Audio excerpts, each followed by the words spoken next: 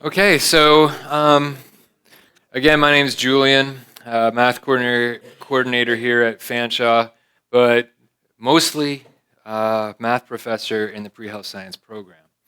Um, we ran into some of the same challenges. You're going to see almost exactly the same type of data, which is great, but I do also want to give a different perspective after we started talking to different stakeholders here at the college about the MAP4C course. And I bet if you really take a step back and think about it, you probably have seen some of these things as well. All right, so we finally were able to get a change to our admission requirements in fall 2014. And I think Paul, Ray, at one of our OCMC meetings, we were talking about the Ontario College Math Test. And I said, so do we have one? And you know, there's some banter back and forth, and Paul says, what you have to realize is how much time these things take. And really, you know, making changes to requirements and processes at colleges province-wide takes a long time for lots of different reasons. And so I said, oh, yeah, you do have to kind of be patient here, but persistent to make these kinds of changes. All right, so prior to fall 2014, in pre-health science, our mathematics admission requirements look like that. And that was it. Very simple, okay? And I don't want to say things were going bad for students who had MAP4C. It's just overall they weren't going as well, which is really, you know, glass half empty, half full type of thing. So we started to look into a lot of the data, the College Math Project at the time, because we actually started researching this back in 2007, and that's when it was called the College Math Project. And Fanshawe also had in-house research and data analysis being done, especially in the technology areas and in the health sciences areas. There was also a lot of research done from a very different perspective in our School of Business, which was pretty interesting. All right, so you have these course codes. Now, when we did our research for pre-health science, most of our students were coming in with what was the 2002 math curriculum. So you're going to see some analogs here. They're not exactly the same courses. MGA for you is now, I'm going to put quotes around now, MHF for you. It has changed. Some of the content has changed. So in 2002, it was called MGA for you. Advanced Functions Introductory Calculus was MCB for you. Some of the content has changed a little. Now it's called MCV for you, which is what you might be a little more familiar with. Mathematics and Data Management, the name hasn't changed. MCT4C, we'll just call it Math for College Technology. That's what it was called. Foundations for College Math, as you discussed before, back in the 2002 curriculum, was actually called Math for College Apprenticeship or something similar like that. I can't remember off the top of my head. Grade 11 functions, and the grade 11M, we call that Mixed Math University/College. Okay? We talked about what the College Student Achievement Project, College Math Project, thinks are good grades, and we also already talked about at risk. Now, some background on the pre-health science program. It's a 2-semester program, and the twist is it's got a concurrency requirement. And what the concurrency requirement means is that you have to pass all of your semester 1 courses, biology, anatomy, chemistry, physics, math, and maybe an English course, in order to proceed on to second semester. So just keep that in mind. There is a concurrency requirement in ours. Our first semester math we call Math 1024, very similar to Alan's first semester math, basic arithmetic algebra up to graphing. Second semester math, we go quadratic equations up to exponential, logarithmic equations, and a smattering of statistics. Okay. So you've seen this, and you know, one thing you need to keep in mind is from MAP4C, really, of all of these courses, that's where our colleges are getting most of their enrollment. And yes, it's underperforming all these other courses, but look, 55% of the students are doing just fine. So think about that, right? Now this should make some of the stats people kind of drool a little bit. Tom? So, what this actually was is I was lucky enough, when we were doing crunching the numbers on our own pre-health students, one of our professors is a PhD and does a lot of statistical reduction of research analysis and had tools to do a Kruskal-Wallis rank sum test of medians, for those of you who like that kind of stuff. And this is what it showed. All right, so what you're seeing here, these are the interquartile ranges between the 25th and 75th percentiles. And you can see some of them overlap. Some of them will overlap quite heavily. Some of them are very spread out, which is pretty interesting. It's pretty interesting to see this MGA4U is very spread out. But it's top heavy because what you're seeing with these black lines are the medians. So half of the students in MGA4U are actually doing much better. And what you're seeing here is what their graduating GPA is from pre-health science. A little bit of a reminder from the previous slide. You need a 2.0 to graduate from pre-health science at Fanshawe. Okay. So you're seeing all the medians. You can see a problem here. Sorry, it's not as good as the others maybe. Right? And you can see the averages, of course, are going to be lower because of the outliers who are very, very low GPAs. You can see that the mean GPA for students that came in with MAP4C and pre-health was below graduating, which was a little bit of a concern. And then what you see across the top are things that are statistically really the same at an alpha of 0.05. So anything that has an A on it, they're really statistically the same.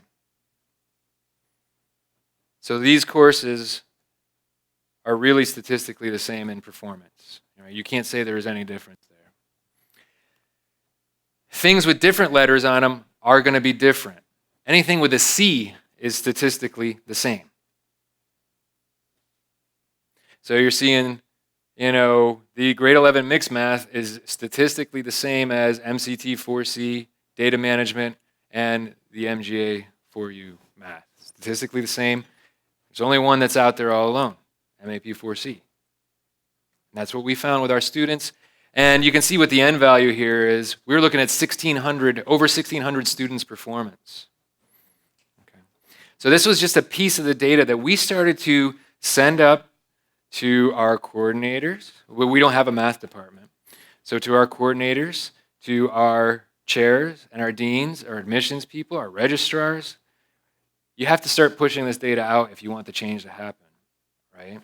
And you got to do it quickly. And sometimes you have to get lucky because our program was going through a review at the time that we had all this data compiled. And we were lucky. The timing, it does matter. Okay. All right. Another way to cut this was I looked at the final grades in math. So these are students who finished, again, very similar to what Alan saw. These aren't students who necessarily withdrew. But I looked at their second semester grades, and Alan was talking that this is really where you see the rubber hit the road, where you see the math skills, if there was a deficiency coming in, where you see them to start to crop up, is in second semester. So we had 122 students that came in with grade 11U, MCT4C, or any of the grade 12Us, and this was their grade distribution of the students who finished second semester math. W/NA means that they either withdrew from second semester math, which weren't very many, maybe a handful. NA means they never made it past first semester, because remember our concurrency requirement. The grade distribution for students who took other courses other than MCT4C, grade 11U, or grade 12U is very different. But you can see right here, A pluses, A's, B's, doing just fine. Not many, but some do just fine. As a matter of fact, some of these people were in the top 10% of our second semester course. So a little bit different, something to think about, okay? After we went on our little road show and we went through our program review and we got some buy-in from some key people, especially people who are in curriculum development, what we call our Center of Academic Excellence, our chair, our dean, our admission requirements did change. All right. But what we advocated at first was MAP4C is not an acceptable requirement. So we got this buy-in from Curriculum Development Center for Academic Excellence, our dean, our chair, our program coordinator, and then we hit institutional research and planning. And honestly, they presented something pretty interesting. So, first you go back and look at the college math project reports, and Alan showed this slide, something to think about. If students are scoring at an 80% or over in MAP4C, they're doing about as well as students who took university level courses. Something to think about. So maybe there is an elbow in the curve of the grade that they get in MAP4C that does actually prepare them pretty well. And here comes institutional research and planning. This made so much sense to me when I saw it. I was like, huh, a nice contingency table with type 1 error and type 2 error. And here's what they're showing. RFG is recommended for graduation. So these are students who complete both semesters of pre-health and with over a 2.0. PIC means program incomplete. And what they highlighted is type 1 error. So we had 235 people that they studied who went into pre-health science that were recommended for graduation. 113 of them came in with MAP4C. So when you see meet math criteria, this is our proposed criteria of abolishing MAP4C as an admission requirement. 113 out of 235 would have graduated if we got rid of them. On the other hand, program incomplete, more than twice as many of the people who were in a program incomplete status did come from an MAP4C background. Okay? So program incomplete as well, what you're seeing here is type 2 error, is people who came in with U-level and MCT4C, they still don't make it through the program. And this is what institutional research and planning was saying. You know, you have students coming in with MAP4C that are graduating. As a matter of fact, it's a pretty big percentage. And, you know, when you saw that grade distribution, even though it's, you know, overall in the math course, it doesn't look good, as a program percentage, they're doing just fine.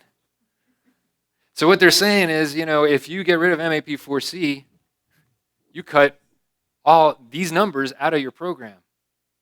And your program looks great in terms of graduation rate, but it looks just fine in terms of the graduation rate if you don't cut them out. I said, you're right. And the interesting thing is the lead researcher that did this said this is the first time he ever did anything like this for any program.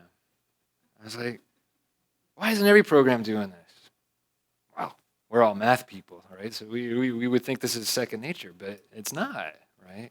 And also remember, you know, we have all been, for lack of a better word, indoctrinated by some of the things that are coming out of the College Math Project and College Student Achievement Project. We hate that MAP4C course, don't we? Can't hate it too much, can you? I don't know. Yeah. This is pre-health only. Yeah, this is pre-health only. All right, so here are some quotes from our lead researcher. Obviously, it's going to reduce the initial pool of applicants and may have an impact on graduation rate because they're graduating. Now remember, pre-health is competitive, and our goal is to get them to graduate with really high GPAs so they can go on to career programs. But is that the college's goal? Is that the student's goal, necessarily? That's a good question. So Mimi was asking, if they go into pre-health with an MAP in order to get into the career programs, how well would they have to do in pre-health to get in? Pre-health's competitive, and we always see these numbers that thousands of people apply and only hundreds get in, right? Really, the way that it was going at the time was, if you met the minimum admission requirements, you were in. You know, those thousands that applied, hundreds that got in, those several hundreds that didn't get in or weren't admitted went somewhere else, to another program, to another college, something like that, just based on their personal preference. And, you know, it was like 90+% of people who applied were actually being admitted into pre-health, as long as they met the minimum admission requirements, which back then were 11M, 12C kind of thing. Yep. I love this quote, and this is so true. You know, the proposed math criteria change is necessary but not sufficient. Better yet, our lead researcher had some experience in this, advocating a more general measure of academic achievement as suggested in the current research literature. And I never thought of that. How about their overall high school average? I don't know. Very few of us have that as an admission requirement.